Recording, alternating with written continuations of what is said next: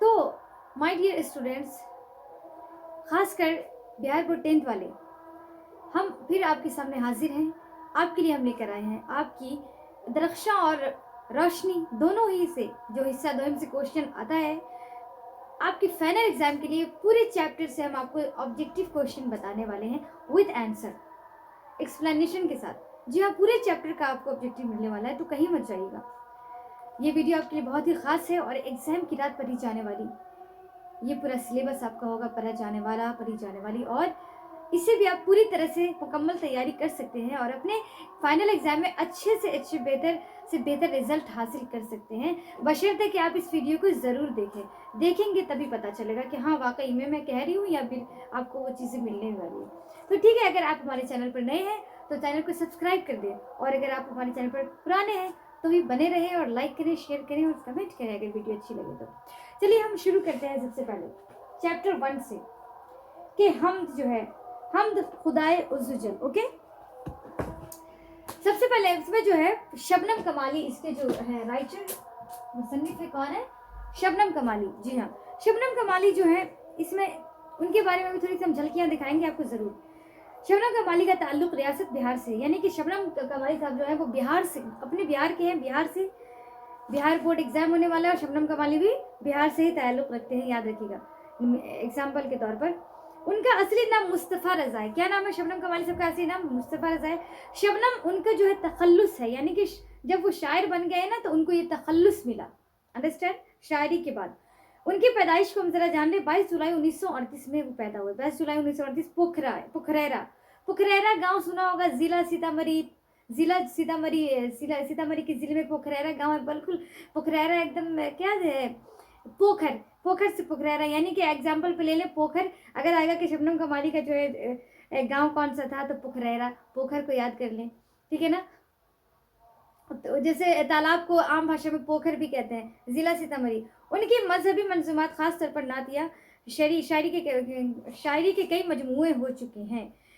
ان میں انوار عقیدت، یعنی ان کی جو مذہبی منظومات جو ہیں انہوں نے لکھا ہے، خاص طور پر نعتیہ شاعری، یعنی کہ نعتیہ شاعری وہ ہوتا ہے نعت جس میں شاعر حضور پاک صلی اللہ علیہ وسلم کے عشق میں اپنے مطلب کہ اپنا عشق ظاہر کرتا ہے کہ انہیں بہت عشق ہے اپنے نبی سے، اور ان کے لیے وہ پوری خوبیاں اور پوری تعریفیں بیان کرتے ہیں. جس شعر میں اسے نعتیہ شاعری کہا جاتا ہے. تو ان میں یہ سب شائع ہو چکے ہیں، یعنی شاعری کے کئی مجموعے ہیں جن کا نام ہے انوار عقیدت، ریاض عقیدت، ضیاء عقیدت، فردوس عقیدت، صہبائے عقیدت مشہور ہے. یعنی کہ یہ سب آپ سمجھ لیں. اس میں جو شبنم کمالی کا اگر آئے گا کہ نعتیہ طور پر نعتیہ شاعری کے کئی مجموعے ہیں، ان کا نام بتائیں مذہبی منظومات میں، تو آپ نے بتا دیں. اگر ایک آئے گا تو ایک اس میں سے یاد کر لیں گے، اور زیادہ آئے گا تو اور زیادہ کر لیں گے. انوار عقیدت، ریاض عقیدت، ضیاء عقیدت، فردوس عقیدت اور صہبائے عقیدت مشہور ہیں. غزلوں اور نظموں کے بھی کئی مشہور، یعنی کہ یہ نظمیں اور غزلیں بھی لکھا کرتے تھے. ان کے بھی کئی مجموعے شائع ان کے ہو چکے ہیں. یہ رہا ان کے بارے میں زیادہ کچھ نہیں بتایا گیا ہے. یہ شامل نصاب. یہ حمد جو ہے، حمد خدائے عزوجل کا مطلب ہوتا ہے بہت ہی عظمت والا، بڑی شان والا. یہ خدا کے لیے کہی گئی ہے یہ جملہ، یہ باتیں، یہ ورڈ خدا تعالیٰ کے لیے. شبنم کمالی جو ہے، جناب شبنم کمالی کی یہ تخلیق ہے، یعنی کہ اس حمد کو بنایا ہے. شبنم کمالی نے اپنی زندگی کا بیشتر حصہ بعض تبلیغ اسلامی اور مذہبی اقتدار کی تلقین میں صرف کیے. جی ہاں بالکل، اس حمد سے ہی پتہ چلتا ہے کہ ان کو اپنے مذہب سے کتنا پیار تھا، کتنی محبت تھی، اور انہوں نے اس حمد کو لکھ کر کے انہوں نے وہ ثبوت بھی دے دیا کہ واقعی میں ان کو اپنے مذہب سے بہت محبت ہے. تو شبنم کمالی صاحب مذہبی بہت زیادہ تھے. انہیں واعظ، تبلیغ اسلامی اور مذہبی اقتدار کی تلقین میں صرف کی، یعنی اپنا جو وقت ہے انہوں نے خرچ کیا اسلام کی خدمت میں، تبلیغ میں اور مذہبی اقتدار میں کی تلقین میں. یعنی ان کو مذہب سے جو لگاؤ تھا، ان کے راستے پر چلے، وہ ان کے سدھار لائے اور لوگوں کو بھی انہوں نے بتایا. وہ اللہ اور رسول کے پیارے نبی محمد صلی اللہ علیہ وسلم کے عاشق صادق. جی ہاں، وہ ایک صادق کہا جاتا ہے، سچا، یعنی عاشق صادق، یعنی سچے عاشق رہ چکے ہیں وہ. کس کے؟ خدا اور ان کے رسول کے. یہ ان سے بات پتہ ہی چلتا ہے، انہیں عشق تھا اپنے خدا سے، اپنے مذہب سے، اپنے پیاری نبی سے. چنانچہ اپنی تقریروں اور شعر کی تخلیقات میں انہوں نے اپنے بھرپور والہانہ جذبات کا اظہار کیا ہے. یعنی کہ اپنی تقریروں میں بھی وہ تقریر بھی کرتے تھے جا کر کے، اور اپنی شاعری تخلیقات، یعنی کہ انہوں نے جتنے بھی شعر و شاعری بیان کیے، بنایا، اس میں انہوں نے भरपूर बयान किया खुदा से, जो उन्हें जितना इश्क था, जितनी मोहब्बत थी, उस सारी मोहब्बत को उन्होंने खुदा की तारीफ़ लिखी और उन्होंने इस तरह से ज़ाहिर किया कि उन्हें अपने खुदा और रसूल पाक सल्लल्लाहु अलैहि वसल्लम की शान में भी उन्होंने नातिया शायरी लिखी। तो इस तरह से उन्होंने ज़ाहिर किया कि उन्हें खुदा और रसूल से कितनी मोहब्बत है, वो खुदा के सादिक आशिक सादिक है, यानी सच्चे आशिक है। इतना समझ गए। शबनम कमाली के बारे में ज़्यादा नहीं दिया हुआ है, बस याद रखिएगा पैदाइश जुलाई है। कब? 22 जुलाई 1938 में, पुकरैरा ज़िला सीतामढ़ी। कोई बड़ी बात नहीं, याद हो जाएगा। अब आते हैं हम इनके जो अब शबनम कमाली साहब के ऑब्जेक्टिव क्वेश्चन अगर आएगा, अगर आपको आए कि शबनम कमाली साहब जो है कौन से ज़िला से उनका जो है गांव बिलोंग करता है, तो सीतामढ़ी से। अगर शबनम कमाली साहब का ऑब्जेक्टिव क्वेश्चन आया कि सब जो है कौन से ऐसी शायरी है जिसमें उन्होंने खुदा की तारीफ बयान की है, तो हम खुदाए उज़्ज़ुजल। अंडरस्टैंड। अब आते हैं शबनम कमाली कब पैदा हुए, तो 22 जुलाई 1938। ये आपने लिखना ही होगा। अब आते हैं कि अगर आपको कहा जाएगा कि शबनम कमाली का इंतकाल कब हुआ, तो 2006 में हुआ। कब हुआ उनका इंतकाल? 2006 में हुआ, याद रखिएगा 2006। शबनम, कायनात की तख्लीक किसने की? कायनात की तख्लीक यानी कि उन्होंने इसमें बताया है, हम तो खुदा उज़्ज़ुजल में, कि पूरी दुनिया की तख्लीक का मतलब होता है बनाना, कि कायनात की दुनिया की तख्लीक किसने की, तो आप क्या कहेंगे बताइए? अल्लाह ताला ने की। और कौन है? कॉमन सेंस अप्लाई कर लेंगे, ठीक है, अगर याद नहीं आएगा तो। सवाल अगर आएगा शबनम कमाली का असल नाम क्या है, तो शबनम कमाली का असल नाम मुस्तफ़ा रज़ा है। अगर आएगा कि शबनम कमाली साहब की जो वो मजहबी मंजूमात जो उन्होंने लिखे नातिया शायरी में, वो ज़रा बताएंगे, तो अनवार अक़ीदत, सहबाए अक़ीदत, इस तरह की चीज़ें वो आपने 1 या 2 लिख देने। ये रहा ऑब्जेक्टिव क्वेश्चन, ज़्यादा इसमें से नहीं दिया गया है। अगर आएगा तो आपने ये लिख देना है। ये ऑब्जेक्टिव मैंने आपसे मेन पॉइंट जो है लाई हूँ। ये चैप्टर आपका जन्म, अंडरस्टैंड। अब आते हैं शबनम कमाली का, अगर आएगा कि वो कौन से स्टेट से, कौन से सूबे से बिलोंग करते थे, तो आपने लिखना है बिहार से। बिहार से के थे वो, याद रखिएगा। अब आते हैं भाभी जान में, तो आपने पढ़ा होगा। भाभी जान जो है रुकैया भाभी जान होती है, जो अपने बड़ी नाजों में पली बड़ी होती है अपने मायका में। उसके बाद उनकी शादी हो जाती है। शादी के बाद उनकी ज़िंदगी की वो जो है उस हालात में पहुंच जाती है कि उनके पास कलील आमदनी सी, घर भी बहुत बड़ा नहीं, बहुत ज़्यादा तंगी रहती है पैसे की। और वो उसमें जो है पॉजिटिविटी इन्होंने इसमें ज़ाहिर किया गया है कि एक औरत के पास जो बचपन से अपने घरों में पालने पे झूल करके नाजों में पली बड़ी होती हैं अपने फादर के घर में, और जब वो ससुराल जाती है तो इतनी सारी दिक्कतों का सामना करना पड़ता है, लेकिन कभी वो उफ तक नहीं करती। उनके शौहर को कितनी बार वो सियासतदान थे, पॉलिटिशियन रहते हैं, उसके चक्कर में उनको कितनी बार जेल जाना पड़ता है।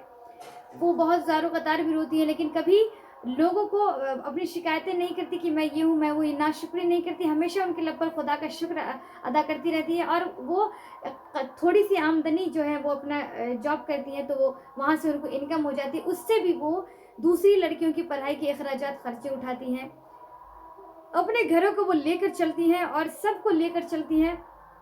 और एक ऐसी खातून बनती है अपने ज़माने में, उनके पास कुछ भी नहीं रहता, लेकिन उनकी सबसे बड़ी चीज़ उनके पास ये रहती है कि वो हमेशा पॉजिटिव रहती हैं, हमेशा उनकी ज़बान पर खुदा का शुक्र रहता है, और हमेशा वो उनके चेहरे पे स्माइल रहती है, और हर हाल में वो शुक्र अदा करके अपनी ज़िंदगी गुजार रही होती है। और वो एक माशरे के लिए भाभी जान, यानी वो भाभी रहती है, और वो एक मिसाली खातून बनती है। तो यही सब उन्होंने बताया गया है। भाभी जान के जो राइटर है, ये एक अफसाना है, याद रखिएगा स्टोरी। इसके जो मुसन्निफ है वो है सुहेल अजीम आबादी। जी हाँ, याद रखिएगा, ये मोस्ट VVI है। अब हम आते हैं भाभी जान के इसमें जो है इनका नाम होता है रुकैया। क्या? रुकैया। देखिए इसमें लिखा हुआ है, किस्सा गोई कि वो मुख्तसर ज़िंदगी एजाज़ इख्तिसार के साथ समा जाए, इसी को हम मुख्तसर अफसाना कहते हैं, मगरिबी अदबियात में मुख्तसर अफसाना। अब आते हैं सबसे पहले कि सुहेल अजीम आबादी का नाम, अजीम आबादी का क्या नाम था, तो नाम सैयद मुजीबुर रहमान। अगर है कि सुहेल अजीम आबादी का असल नाम क्या था, तो नाम सैयद मुजीबुर रहमान था। उनकी पैदाइश जो है कहाँ हुई, तो पटना में, और 1911 में, पटना और 1911 में। उनका जो ख़ानदान, जो वो किस ख़ानदान के थे, तो बहुत ही एक बड़े ज़मींदार ख़ानदान से थे। 1 साल की उम्र में वालिदा का इंतकाल हो गया। क्या? उनकी वालिदा का इंतकाल हो गया 1 साल की उम्र में। उनका आबाई वतन यानी कि आबाओ इज़ार जहाँ से पूरा ख़ानदान बिलोंग करता था, वो शाहपुर भदौल था। क्या? शाहपुर भदौल है, जो पटना ज़िला में वाक़ है। आगे चलकर वो मुजफ्फरपुर हैदराबाद में कलकत्ता जैसे अलमी मराकज़ पर क़याम पसीर रहे। इतना समझ के चलिए, ये काफ़ी है। भाभी जान में जो है सुहेल आबादी की तख्लीक है। इस अफसाने के मरकजी किरदार जो है कौन है? रुकैया भाभी, जिनको भाभी जान कहा जाता है। बच्चों की तालीम और तरबियत और परवरिश अपने देवर की खातिरदारी वगैरह, अपने देवर उनके घर में रहता है उनकी भी खातिर करती हैं, अपने बच्चों की जिम्मेदारियां उठाती हैं, उनकी तालीम और तरबियत और दूसरे देगर बच्चों की भी वो तालीम और तरबियत के खर्चे अखराजात उठाती हैं। लोगों की कम पैसे उनके पास रहते, उन्हीं पैसों में से वो दूसरे की मदद भी करती हैं। वो एक लड़की को 50 रुपये माहवार पर ट्यूशन भी पढ़ाती थी। उनके शौहर को सियासत का शौक था, इसलिए उन्हें बार बार जेल भी जाना पड़ता, मैंने अभी बताया। उन सब के बावजूद रुकैया भाभी ने कभी शौहर के सामने हरफ शिकायत नहीं की, यानी कि कभी वो शौहर को नहीं गई आप ऐसे हैं, आप वैसे हैं, आप वो हैं, आप जेल जाते हैं, मेरी ज़िंदगी तो बर्बाद हो गई है, मैं मैके में इतनी आराम करती थी, मैं नाजों में पली बड़ी थी, मैंने कभी कपड़े नहीं हाथ से धोए थे, मैंने कभी झाड़ू नहीं लगाए थे, मेरे पास पैसे की जो इतनी ज़्यादा फरावानी थी, मैं तो अपनी दोस्तों पर उड़ाती थी, ये मैं कहाँ आ गई हूँ, मैं नहीं रहूँगी, ये वो दिस डेट जो रियलिटी है दुनिया में होता है मुआशरे में। बट वो कभी अपने ना ही शौहर से शिकायत करती थी, ना ही ससुराल वाले से। उन्होंने अपनी ज़िंदगी को एक्सेप्ट किया कि ये सब ज़िंदगी का हिस्सा है और अपनी परेशानियों को भी एक्सेप्ट किया और कभी हरफ शिकन अपने चेहरे पे ना लाया, ना अपने लब पे लाई। तो ये था, वो झेलती रहती और अल्लाह ताला का शुक्र अदा करती रहती और खुदा से दुआएं करती रहती कि सब कुछ ठीक हो जाएगा, सब कुछ ठीक हो जाएगा। गरीब और बेसहारा लोगों की मदद भी करना उनका महबूब मशगला था, यानी उनको बहुत खुशी मिलती थी। महबूब मशगला कहा जाता है जिस काम में आपको इंटरेस्ट होता है, आपकी हॉबी। तो वो लोगों को मदद करके भी उनका एक मतलब कहते हैं ना कि इंसान की ज़िंदगी का एक अहम हिस्सा था, बहुत ही इम्पोर्टेंट पार्ट था कि वो लोगों की मदद करती थी और उससे उनको खुशी मिलती थी। सुहेल अजीम आबादी की ये कहानी ज़बान असलूब हरेत के एतबार से कामयाब और कहानी, एक कामयाब कहानी ठहरी सुहेल अजीम आबादी की। मुआशरे में बहुत कुछ इस कहानी से सीखने को मिला और लोगों ने बहुत कुछ सीखा इससे और लोगों में बदलाव आया, जहन जो है बदला थोड़ा सा। सुहेल अजीम आबादी कहाँ पैदा हुए? अब पटना में, मैंने क्या कहा, पटना में पैदा हुए। सुहेल अजीम आबादी के बचपन का नाम क्या था? नाम था मुजीबुर रहमान। मैंने बताया क्या बचपन का अगर आए क्या नाम था? सुहेल अजीम आबादी के अफसानों के पहले मजमुआ का नाम क्या था? वो किस साल शाया हुआ? सुहेल अजीम आबादी के अफसानों के पहला मजमुआ चार चेहरे। उनके अफसाने में क्या कराएगा कि सुहेल अजीम आबादी के अफसाने में का पहला मजमुआ क्या, तो क्या लिखेंगे? चार चेहरे, जो तकरीबन 1934 में शाया हुआ। चार चेहरे 1934 में शाया हुआ। अगर आएगा कि चार चेहरे कब शाया हुआ सुहेल अजीम आबादी का, तो 1934 में। अब आएगा क्वेश्चन अगर कि 1934 में सुहेल अजीम आबादी का कौन सा था मजमुआ, अफसानवी मजमुआ जो शाया हुआ, तो चार चेहरे। इस तरह से घुमा फिरा कर क्वेश्चन आता है, आ सकता है, बस आपको समझना है उसको। सुहेल अजीम आबादी की इब्तदाई तालीम किस मदरसे से हुई? सुहेल अजीम आबादी की इब्तदाई तालीम मैंने अभी कहा भदौली गांव से मदरसा से हुई। भदौली गांव मदरसा से उन्होंने स्टार्टिंग स्टडी जो की शुरुआती तालीम भदौली गांव मदरसा से की। इतना समझ गए? ये था आपका। अब आता है कि अगर आए कि रुकैया भाभी का क्या नाम था, तो इसमें भाभी जान का मरकजी किरदार कौन थी? तो रुकैया भाभी। किसको जेल जाना पड़ता था? तो रुकैया भाभी के शौहर को बार बार। वो किस किस की खिदमत किया करती थी? लोगों की खिदमत किया करती थी, अपने घर में अपने देवर की खिदमत किया करती थी।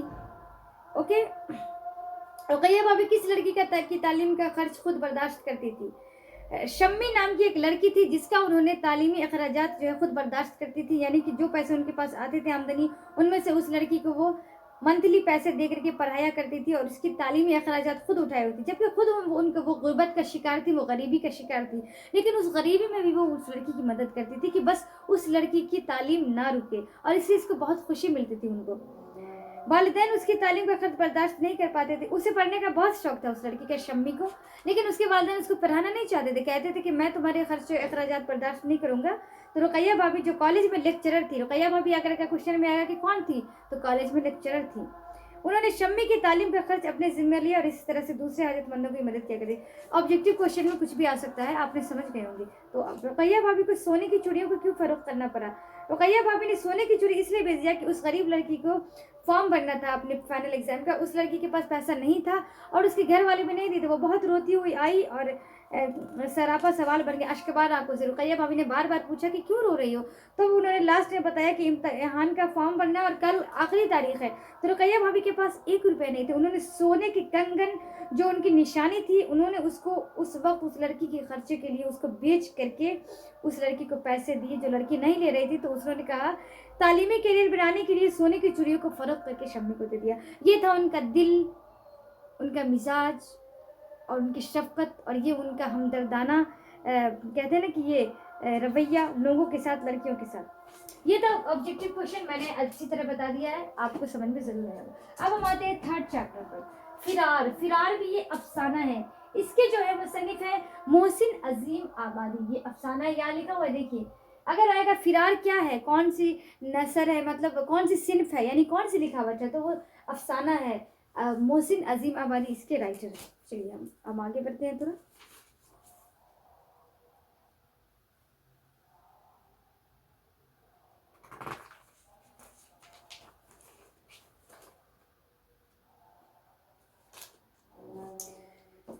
ڈاکٹر محمد محسن کی پیدائش کس شہر میں ہوئی؟ تو پٹنہ میں ہوئی. ڈاکٹر محمد محسن کی پیدائش کہاں ہوئی؟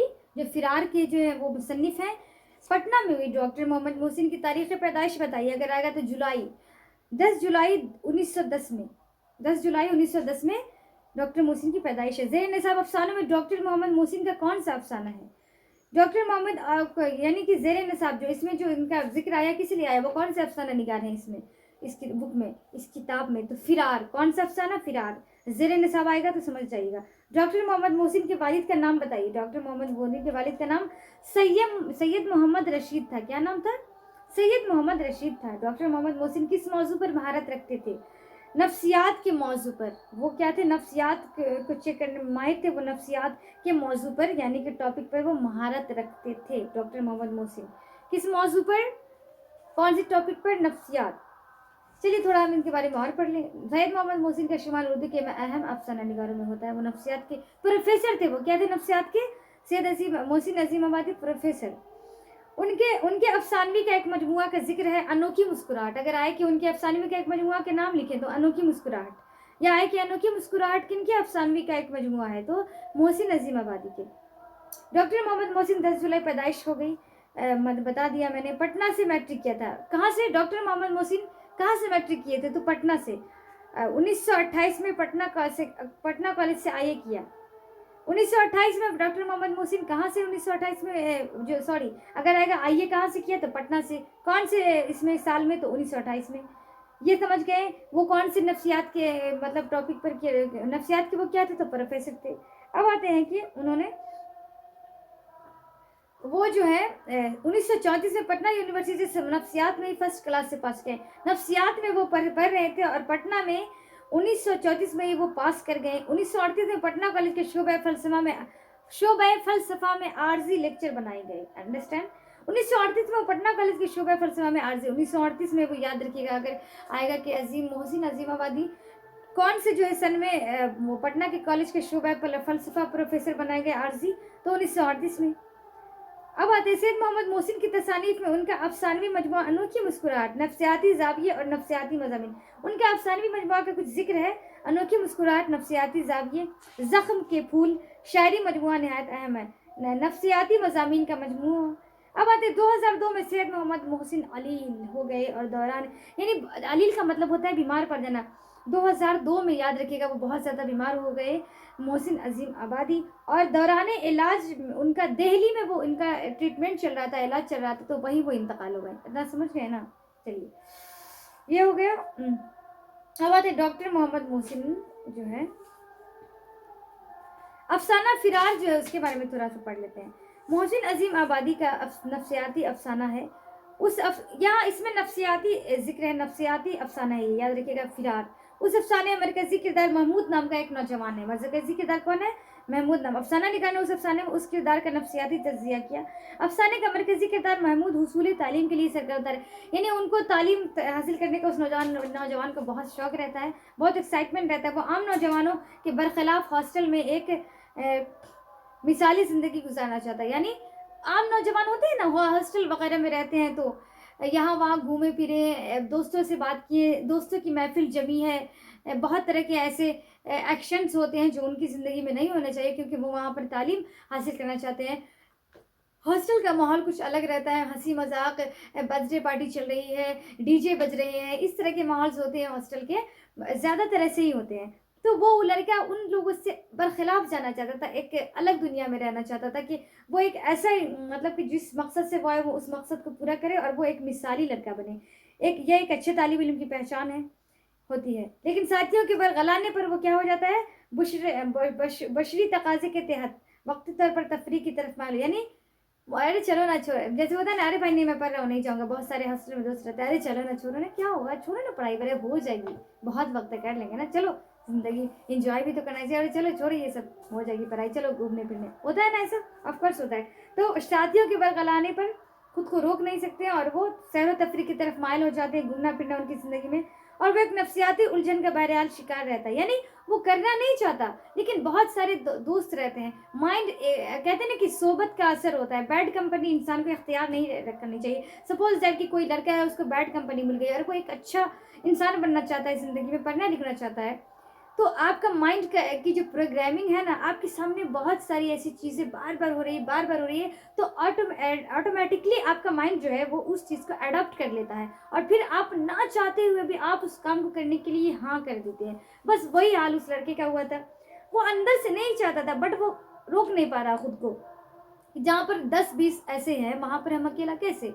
तो बस वही लड़का जो है खुद को बचा नहीं पाता और अंदर से वो नफसियाती उलझन का शिकार हो जाता है, जैसे जिसको डिप्रेशन बोलते हैं, नफसियाती उलझन का शिकार रहना, कि आप वो काम कर रहे हैं जो अंदर से आपको मन नहीं आ रहा, आप अंदर से इसको पसंद नहीं करते, उलझन का शिकार रहते कि हम ये क्यों कर रहे हैं, और वो कर भी रहे हैं, तो इस तरह से इंसान नफसियाती का शिकार हो जाता है। बचपन में ही अपने घर में माँ की सख्त मिजाजी, शिद्दत पसंदी और बाप पर बेजा हुक्मरानी का मंजरनामा उसे लाशऊरी तौर पर औरत से मुतवहश, यानी बचपन में ही माँ से बेतनाई, माँ उनको सख्त मिजाजी थी, शिद्दत पसंदी यानी कि जो कह दिए बच्चों को तो बस कह दिए, बाप पर बेजा हुक्मरानी यानी कि फजूल हुक्मरानी बच्चों पर भी नहीं करनी चाहिए, कभी कभी बच्चों की भी कुछ ख्वाहिशें होती हैं, तो वो बेजा हुक्मरानी, बेफजूल हुक्मरानी करते करते उनके फादर ने वो लाशऊरी तौर पर, यानी कि वो ना चाहता है ऐसा, ले शूर नहीं रहता, लेकिन फिर भी वो धीरे धीरे औरतों से वो जो मुतवहिश यानी कि वहशत होने लगती है और वो उससे नफरत करने लगता है, मुतनफ़िर हो जाता है, उसी नफसियाती कश्मकश की हालत में वो तालीम से फरागत हासिल कर लेता है, यानी तालीम से वो फरागत हासिल करता है, उसी कश्मकश में वो तालीम भी हासिल करते, उस मुकाबला जाती इम्तहान में शामिल होकर कामयाबी हासिल कर लेता है, यानी उस कश्मकश में भी। और महमूद को डिप्टी कलेक्टर बन जाता है महमूद, और आला मुलाजमत मिल जाती है। शादी के लिए उसके यहाँ बड़े बड़े घरानों से पैगाम आने लगते हैं। एक दिन महमूद घर वापस आता है तो उसे घर की वीरानी काटने लगती है और जिंदगी एक बेरून नकल नजर आने लगती है, यहाँ तक कि उस वीराने में दीवार की घड़ी टक टक कर दे उसके दिमाग पर हथौड़े मारने लगती है।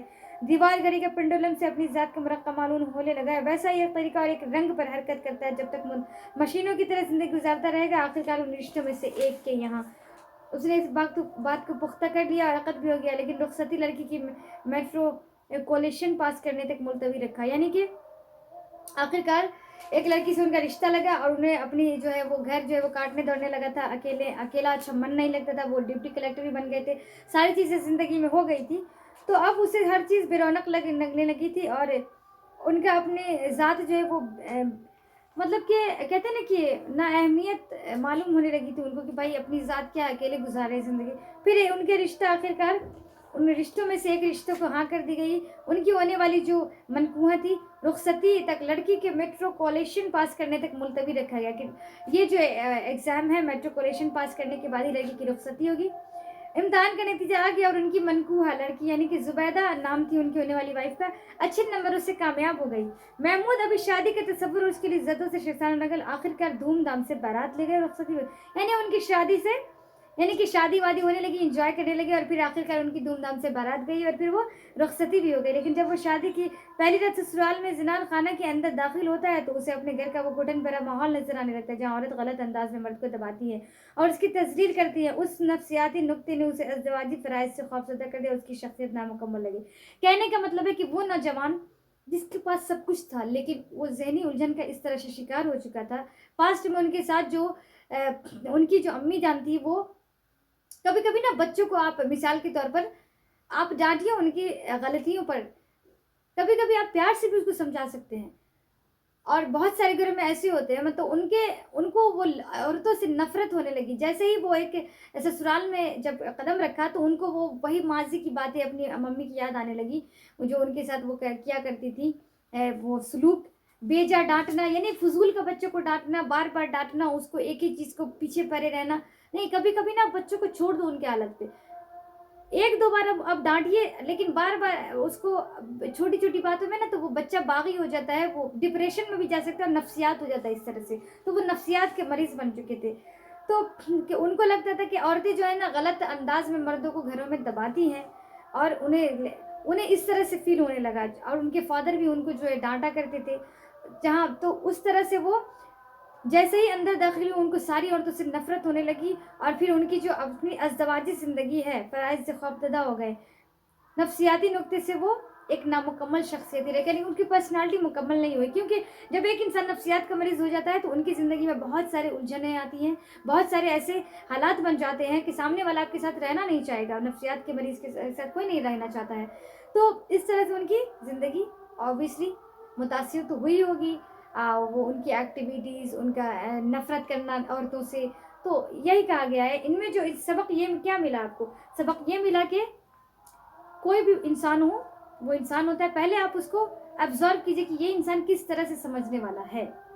और अगर बार बार आप देख रहे हैं कि आपके समझाने से कोई इंसान मेंटली टॉर्चर हो रहा है, आप उसको बेजा यानी फजूल में बार बार डांटना, किसी बच्चे को बार बार डांटना, उससे नफरत करना।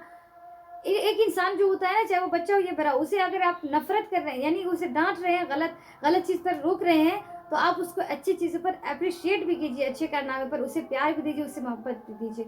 तो इस तरह से वो नफ्सियात के शिकार होने से बच जाएगा। बाज़ दफ़ा ऐसे होते हैं मतलब इस तरह का अगर बिहेव किसी बच्चों के साथ हो जाए, तो कुछ बच्चे खुद को संभाल लेते हैं, अपनी दुनिया में आगे बढ़ जाते हैं, और कुछ बच्चे जो सेंसिटिव माइंड के होते हैं ना, वो नफ्सियात के मरीज़ बन जाते हैं। तो इस बात का ख्याल है, अंडरस्टैंड।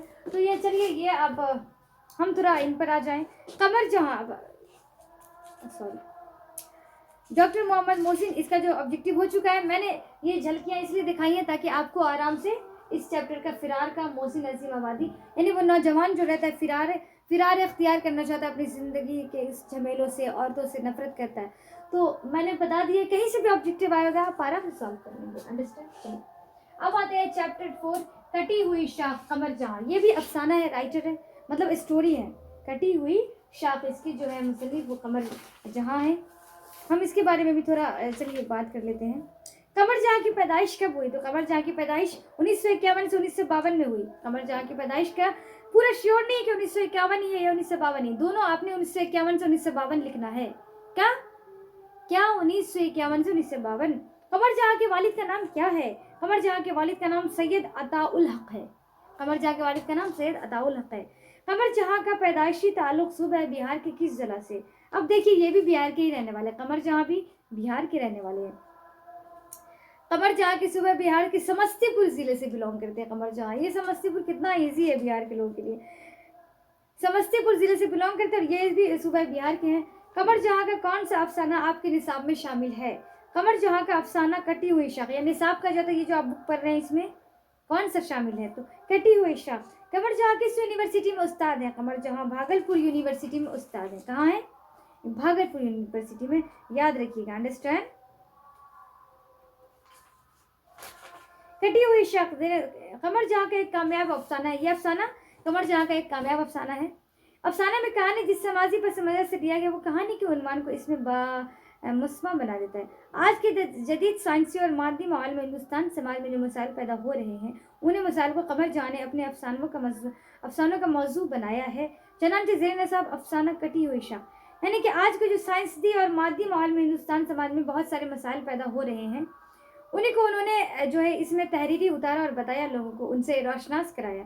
जिसमें एक शख्स रुपया कमाने के लिए खलीजी ममालिक जाता है, वो शब रोज़ मेहनत से रुपया तो खूब कमा लेता है, लेकिन अपने मुआशरे और तहजीब से कर जिस ज़हनी करब अज़ियत का शिकार होता है, उसकी कैफियत की तर्जुमानी इस अफसाने में बदरजा अतम मौजूदा आहद की साइंसी तरक्की और उनकी ईजादात ने इंसानी तहजीब को तो मुतासिर किया ही है, साथ ही अखलाकी पहलुओं को मजरू किया।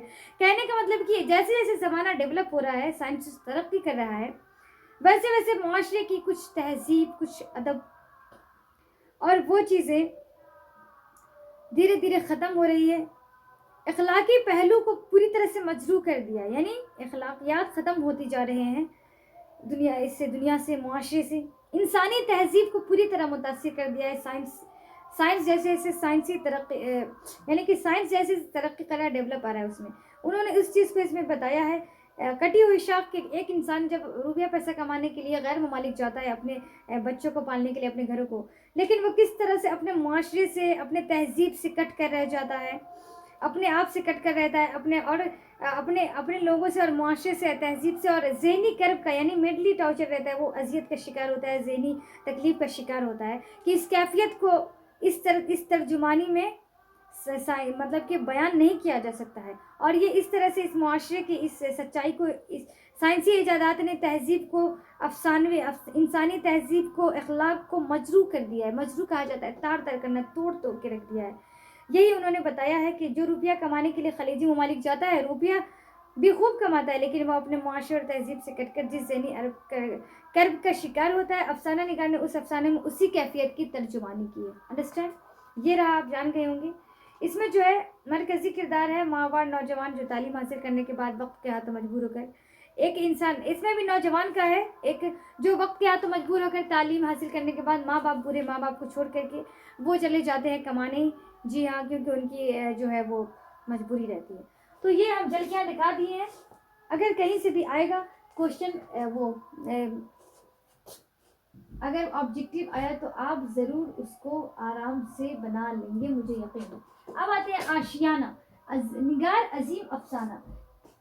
چیپٹر کٹی ہوئی شاخ میں کمپلیٹ ہوا، ہم آشیانہ پر جا رہے ہیں۔ نگار عظیم ہے افسانہ، یہ افسانہ ہے، مطلب اسٹوری رائٹر جو ہے نگار عظیم، یہ آشیانہ افسانہ ہے، یاد رکھیں گے۔ اب ہم اس وقت کا آبجیکٹیو لے آتے ہیں۔ تو